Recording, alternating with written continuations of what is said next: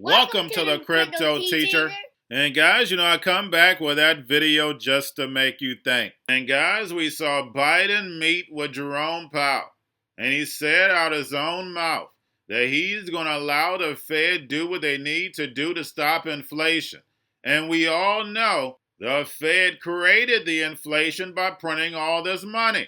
And we know the NWO does what? Create the problem. Wait for the reaction and run in with the solution. And eventually the people are going to have an uproar because prices are going to continue to get higher. Plus, we're going to have mass layoffs because of the rising rate. The Fed is going to stop all this free money. And then what's going to happen? The housing crisis is going to be right behind the layoffs. Over the last 2.5 years, the Fed created an illusion in the real estate market. But we all know what's about to happen. You will own nothing, but you will be happy. And we had Jerome Powell and Janet Yellen for a year say, oh, don't worry about inflation.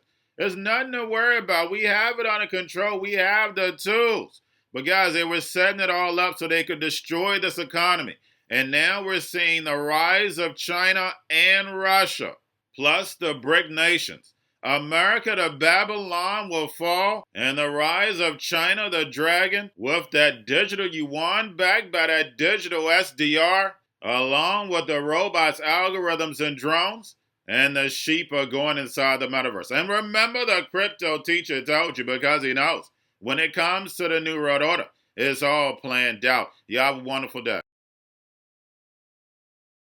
I have a very brief statement. First, I want to begin by congratulating you, Mr. Chairman, on the recent confirmation of the second term, along with Drs. Brainerd and Cook and Jefferson, recent confirmations. And I'm meeting with the Chairman today and Secretary Yellen to discuss my top priority, and that is addressing inflation in order to transition from a historic recovery to a steady growth that works for American families. Excuse me. And my plan is to address inflation. It starts with a simple proposition. Respect the Fed. Respect the Fed's independence, which I have done and will continue to do. My job as president is not to not only nominate highly qualified individuals for that institution, but to give them the space they need to do their job. I'm not going to interfere with their critically important work. The Fed has dual responsibilities. One, full employment. Two, stable prices.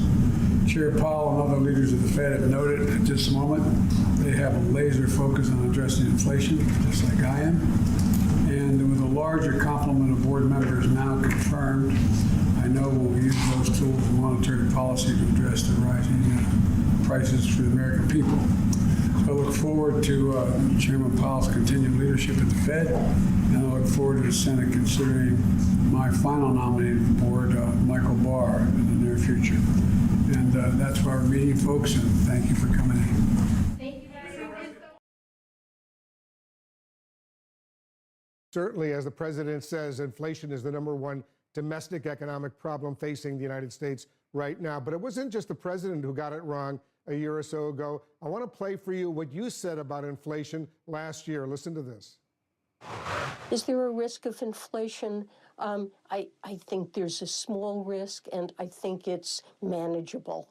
I don't anticipate that inflation is going to be a problem, but it is something that we're watching very carefully. Was it a mistake, Madam Secretary, to downplay this inflation risk? Did that contribute to the problems we're all seeing right now? Well, look, I think I was wrong then about the path that inflation would take.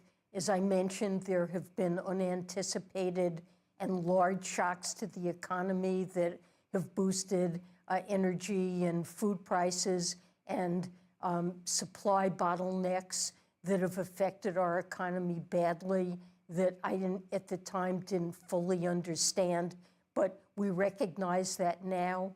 The Federal Reserve is taking the steps that it needs to take. It's up to them to decide what to do. And a real problem, obviously, for so many.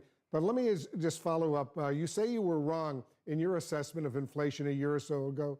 Just today, the former U.S. Treasury Secretary, Larry Summers, a man you know well, said the Federal Reserve needs to do some, quote, considerable soul searching right now about how badly they missed the gravity of the inflation problem. Is Larry Summers right?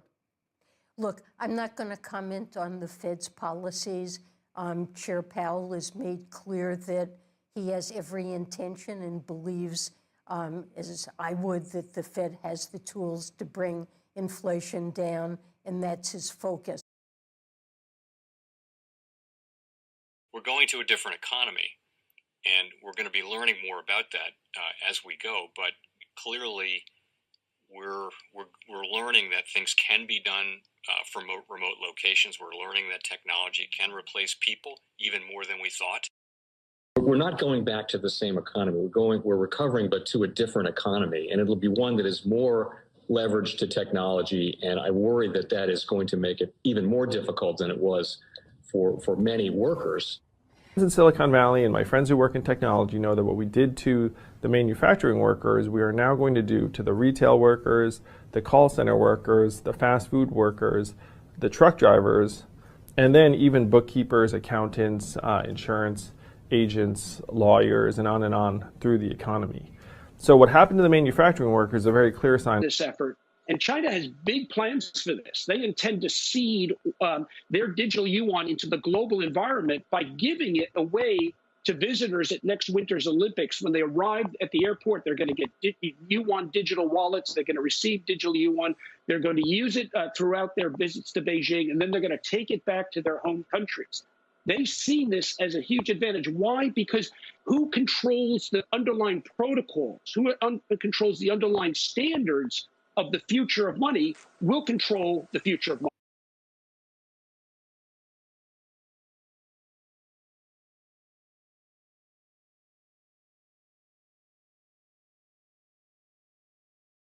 Most powerful person in the world is the storyteller.